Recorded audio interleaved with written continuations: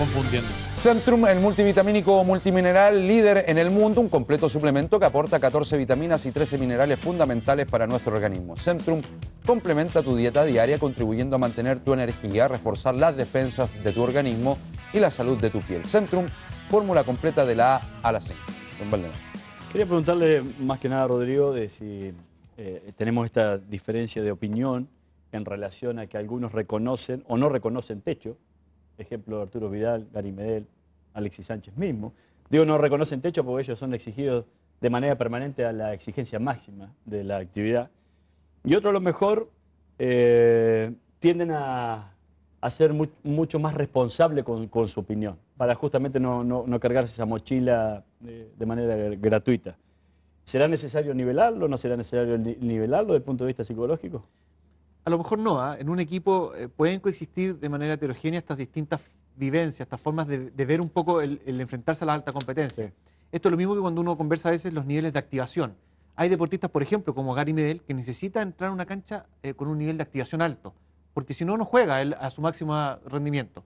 Hay otros que necesitan entrar con un nivel de activación un poquito más bajo. ¿Qué significa la activación? En el fondo es entrar con la energía necesaria o con el, digamos, con la... Es como la zona, la activación... ¿La predisposición al esfuerzo? No, porque en el fondo uno podría entender que todos deberían entrar con una predisposición alta al esfuerzo. Es con la cantidad de energía que tú dispones en un momento para poder desarrollar tu... Y hay algunos que efectivamente notan que tienen que entrar un poco más, no sé, más relajados, por decirlo de alguna forma. Y hay otros que necesitan entrar casi como tú decías anteriormente, que esto sea una guerra. Y los jugadores responden de igual manera independiente del nivel de activación que tienen. Entonces, y esto nos los hace incompatibles con coexistir dentro de un equipo. Lo mismo un poco con la forma de vivenciar esta... Ese grado, Rodrigo, de emocionalidad, reflejado a lo mejor, me quedó muy grabado cuando los seleccionados brasileños cantaron el himno. Había un par que lloraron. Y esos niveles de activación, si se pasa para el otro lado, puede traicionarte, porque en la primera jugada te puede ir expulsado. Y si entras con ese nivel de activación muy bajo, también te termina traicionando. Sí. Encontrar ese equilibrio es parte muy individual.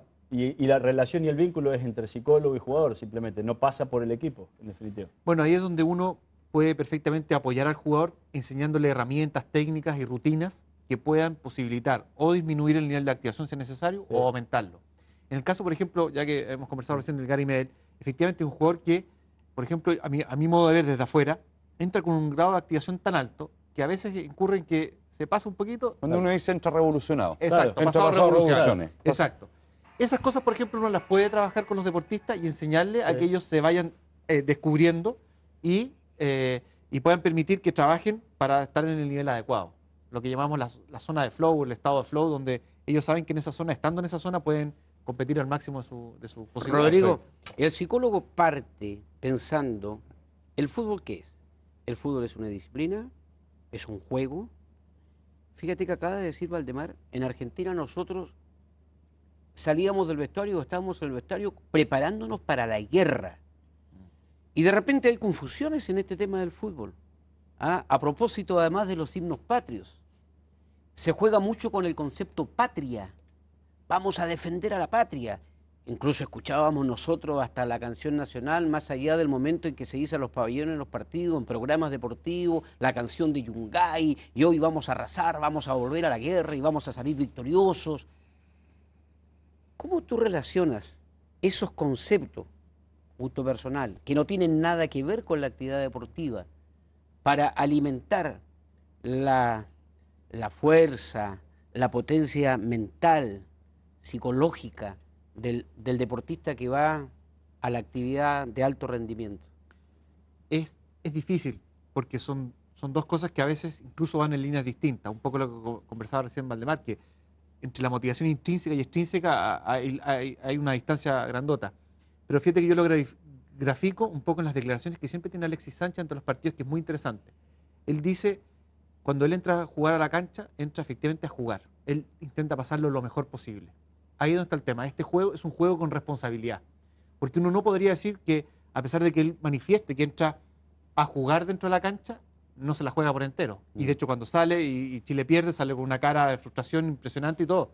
Pero indudablemente él entiende todavía este concepto de juego muy lúdico, pero también con este efecto competitivo. Yo creo que ese es un muy buen ejemplo de lo que debiéramos intentar replicar masivamente. Esta idea que tiene de juego, pero con responsabilidad. En esa base a tu experiencia, y apelo siempre a tu experiencia, Nelson, los grados de frustración, de éxito de un seleccionado son muy distintas a las de un equipo, las de un jugador de equipo. Bueno, lógicamente cuando tú estás en selección es mayor, porque se juegan más cosas, pero en un campeonato es distinto. Pero yo creo que cada jugador tiene su personalidad, su manera de vivir el fútbol y lo lleva a la cancha. Si hay otros que llevan lo mismo pero de distinta manera, un poco más calmado, con otra personalidad. Entonces, pero todos sirven. Si el problema es que eso tenés que unirlo como grupo y ahí no tiene problema. Y esa va a destacar en algún momento el que es más tranquilo, de momento van a necesitar más agresividad y también van a aparecer. Entonces es un conjunto de todo, el fútbol no cambia. El fútbol hay que sentirlo, vivirlo y tú tenés que entregar lo mejor. Y a eso hay que llegar y es un problema lo que yo a veces echo de menos en Chile. Vos tenés que entrar a los 90 minutos y jugar siempre los partidos iguales como si fuera el último, entregando cada uno lo mejor, no haciendo cosas especiales. ¿Cómo se inculca eso? ¿Cómo se logra inculcar eso? Bueno, tenés que hablando con ellos y la ayuda puede ser, lógicamente, a veces en este caso, acá en Chile hay muy poco, porque ya lo hablamos del asunto psicológico, del apoyo que hay. Entonces el técnico tiene que ser parte de eso, con una buena conversación con los jugadores, de estar siempre cerca de ellos, ver y después si tú le ves en algún partido algo raro, le hablas con él, te acerca, ¿qué te pasa? Y le das un consejo. Pero al final el jugador tiene que convencer y tú lo tienes que convencer al jugador de que eso es lo mejor para él. Entonces ahí no va a tener problema. Es tan cierto lo que dice Nelson que yo otra vez revisando una conversación que hoy día está en internet, que es entre Pep Guardiola y Fernando Trueba. No sé si la han visto. Sí. Muy interesante porque ahí efectivamente Guardiola comenta algo que es muy cierto. Él dice la mentira más grande es pensar que todos deben ser tratados de la misma manera. Sí. Y aquí es donde es importante el liderazgo del entrenador en decir, a ver, ¿cómo a este jugador le saco su máximo rendimiento? ¿Cómo a este otro jugador le saco su máximo? Y a lo mejor a alguno será decirle un par de palabras, a otro habrá que hablar un poco más, a otro habrá que... A uno le gritás o lo retás y lo haces reaccionar y claro, a otro lo tiras para abajo. Abrazás Entonces, ahí hay que... Y ese manejo... Te acercás a él. Exacto, y ese manejo a veces es tan difícil. O sea, la labor del técnico es realmente compleja cuando tienes 25 jugadores que de repente hay que tratarlos a todos de manera distinta. Quizás, como todos son diferentes, cada ser humano es único y irrepetible, saber hacerlo sentir importante es lo fundamental, con sus matices. Yo creo que un jugador rinde, ejemplo, Alexis Sánchez, que nadie va a desconocer sus condiciones futbolísticas, por algo vale lo que vale y está en donde está. Pero sin embargo yo creo que él en el Barcelona nunca se sintió importante como sí luego pudo hacer en el Udinese y como sí creo que lo puede hacer en el Arsenal, porque han depositado un poco su confianza, han direccionado, el medio se ha direccionado a observar lo que pueda producir tanto en Udinese en el último tiempo sobre todo y ahora en el Arsenal, en donde uno se siente importante creo que aparece la verdadera expresión futbolística de un jugador. Cuando uno no se siente importante para el grupo, independiente de que tenga mucha motivación, poca motivación, lo que sea, me da la sensación que uno no tiene la repercusión en el grupo o en el colectivo como para hacer ese engranaje que necesita el equipo para rendir. Yo creo que eso, no sé, a mí me causa cuando si ese jugador se cree demasiado importante, puede ser negativo. Porque piensa en él, yo soy el importante del club y empieza a mirar como en medio. Yo creo que para el grupo no es muy, por lo menos a mí, las veces que lo he sentido, sentirse muy importante, creo que va en contra. Tiene que estar muy claro de acá arriba, si no, lo más probable es que tenga problemas. Bueno, ahí está la clave, cómo la sumatoria de las individualidades tú las generas como una sumatoria de una meta común. Y eso también es parte un poco del trabajo que se hace desde el cuerpo técnico. Ahora, debe ser tremendamente difícil, Nelson, tremendamente difícil. Todos iguales, para mí son todos iguales. Tener en el vestuario a quien sabes tú que te marca absolutamente la diferencia y que depende de lo bien o mal que ande para el éxito de tu equipo. Te coloco solo el ejemplo, por ejemplo, tener en tu escuadra a un jugador de las características de Diego Armando Maradona o de tener de las características de ¿Pero cuál es el problema que tiene Messi? No, porque tú dices, son todos iguales. No, yo no dije que estaban todos iguales. O sea, tú dijiste de que no hay más importante que otro. No, los mismos compañeros se siente más importante. Cuando yo te lo que dije, usted parece que yo a veces no entienden nada de lo que yo digo. No, yo dije que cuando un jugador se siente demasiado importante, si no está bien preparado de arriba, puede ser negativo. Pero Nelson, yo no me refería a importancia en jerarquía, que muchas veces se representa como capitán, se representa en la relación con los directivos. No, estamos hablando del juego, estamos hablando del juego. Yo me refería a la importancia en el funcionamiento colectivo. Es un engranaje más de una máquina. Sí, a ver, un equipo está conformado por la interacción que Está bien, surge pero entre sus individualidades. eso es bueno. En la medida que una pero individualidad y falle, el que falla labura y el que tiene colectivo. otras cosas y que te quita 20 pelotas o 30 pelotas en un partido también, cada uno aporta lo suyo. Eso es lo que estoy diciendo. Está bien, pero no es que porque aporta algo tiene que ser el más importante. No, él, por ejemplo, O Marcelo sentirse más Díaz se importante. siente importante en la recuperación como en la generación. Alexis Sánchez en la definición de 3/4 de cancha en adelante. Bravo tapando, pero se siente con la confianza de sus compañeros necesaria para poder expresarse de manera tranquila. ¿Por qué? Porque si yo, jugador, independiente de la jerarquía que tengo dentro de la ubicación del plantel, si yo, jugador, no me siento con la confianza de mi compañero, tiendo a dudar. Pero ¿y quién te dice eso que no sentí?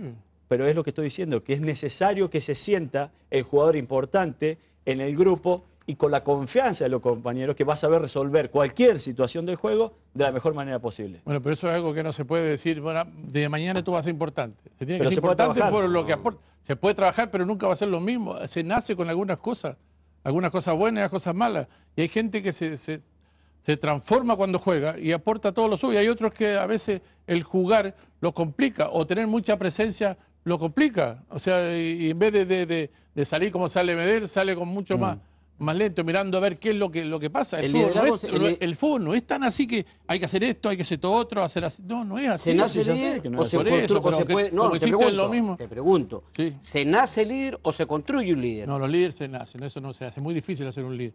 Y si no, fíjate en el último tiempo, todos los líderes que han desaparecido. En Uruguay estaba lleno de líderes, desaparecieron después con. Hay fueron un ejemplo desapareciendo muy con el claro, tiempo. perdóname, Pablo. Ojo, perdón, para comentar un poquito, hay posibilidad de desarrollar un poco más el liderazgo, pero es cierto que hay ciertas características que uno trae, pero hoy día, por ejemplo, que el liderazgo que predomina en el deporte es el liderazgo situacional, es algo que uno puede trabajar, es decir, ajustarse un poco a los requerimientos que tienes en ese momento.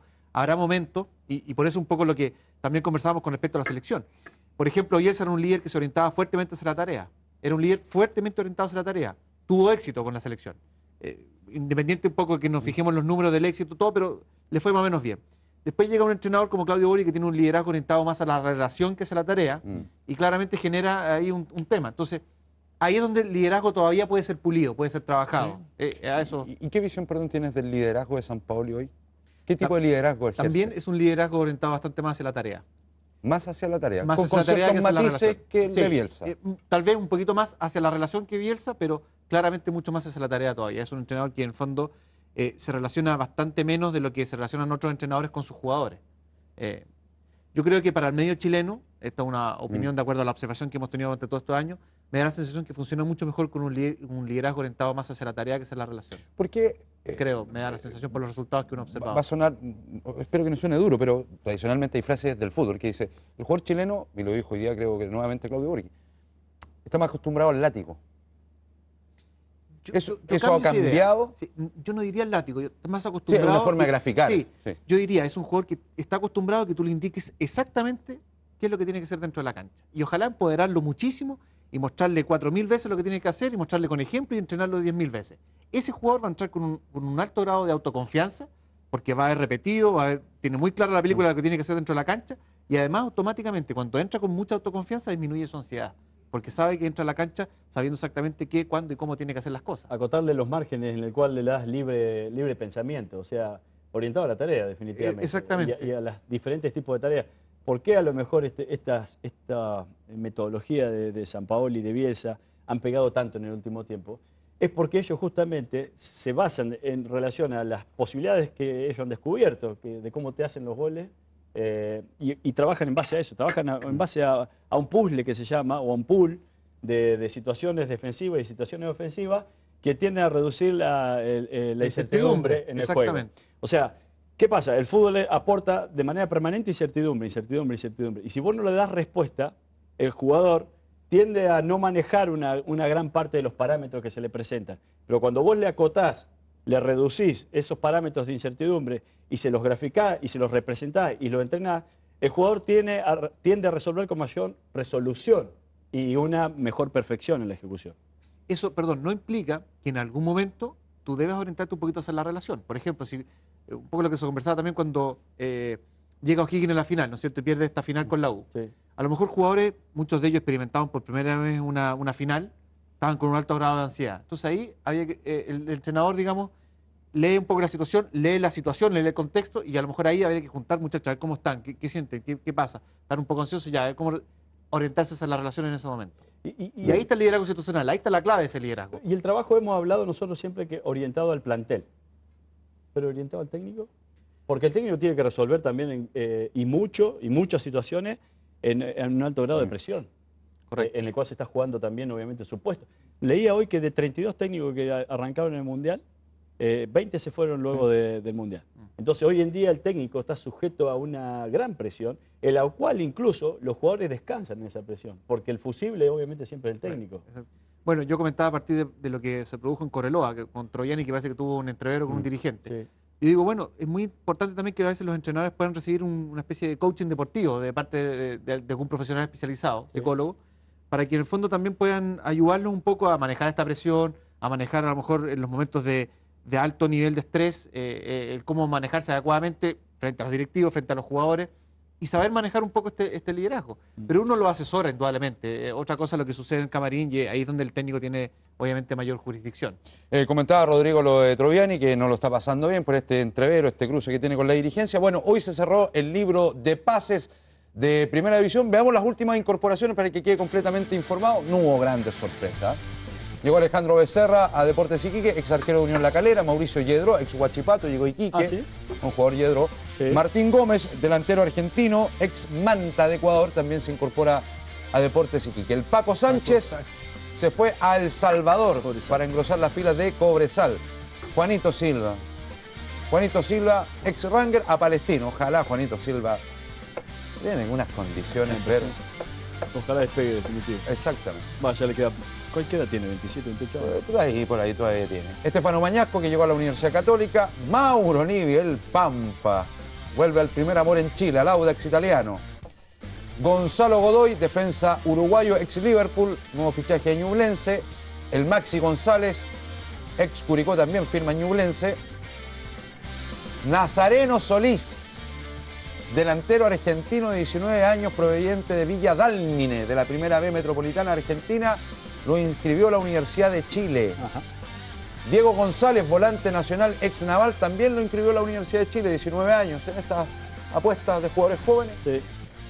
Guillermo Díaz estaba en la U, estaba a préstamo, en la Deportes Temuco, volvió a traerlo a la U. Plantel tiene la Universidad de Chile. Pablo Tamburrini se fue a préstamo a Santiago Wanderers, ex Palestino. Cristian Necuñir llega a San Marcos de Arica, ex Deportes Rengo. Olive, lo más importante, lo que más suena. Podría ser el nombre más ruido causa. Sí. ¿Y Menezes? Bueno, no, pero Menezes... No, ya sé, pero me refiero a nombres importantes también. No, pero Menezes se queda sin club. Olive, claro. Se transfiere, va a la UDEC. Cristian Necuñir, hijo ¿De Alfonso? De Alfonso. Ah, mira. Pablo Aurrecochea, el hombre de las poleras con dibujos especiales en Deportes Antofagasta. Diego Ferreira también en Deportes Antofagasta. Erwin Ampuero en Deportes Antofagasta. Emilio Hernández, el Choro Emilio, en Unión La Calera. Y Humberto Álvarez también en el equipo Cementero.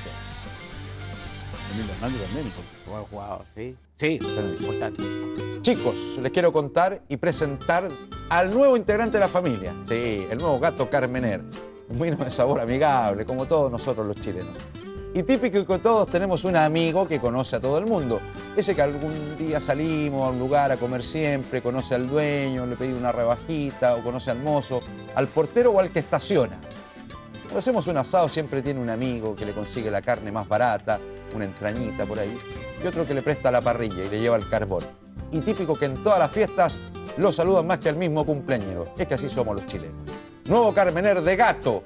Una cepa única, 100% chilena y tan típica como todos nosotros. Gato, típico chileno. Salud, salud. Salud. Salud, Rodrigo. Salud. Agua. Salud. Me acordé de la parrilla de Nelson. Maravillosa parrilla. Esa después de septiembre. Después de septiembre. Corsi, ya estamos para la parte final del programa. Con los calor está muy el agua.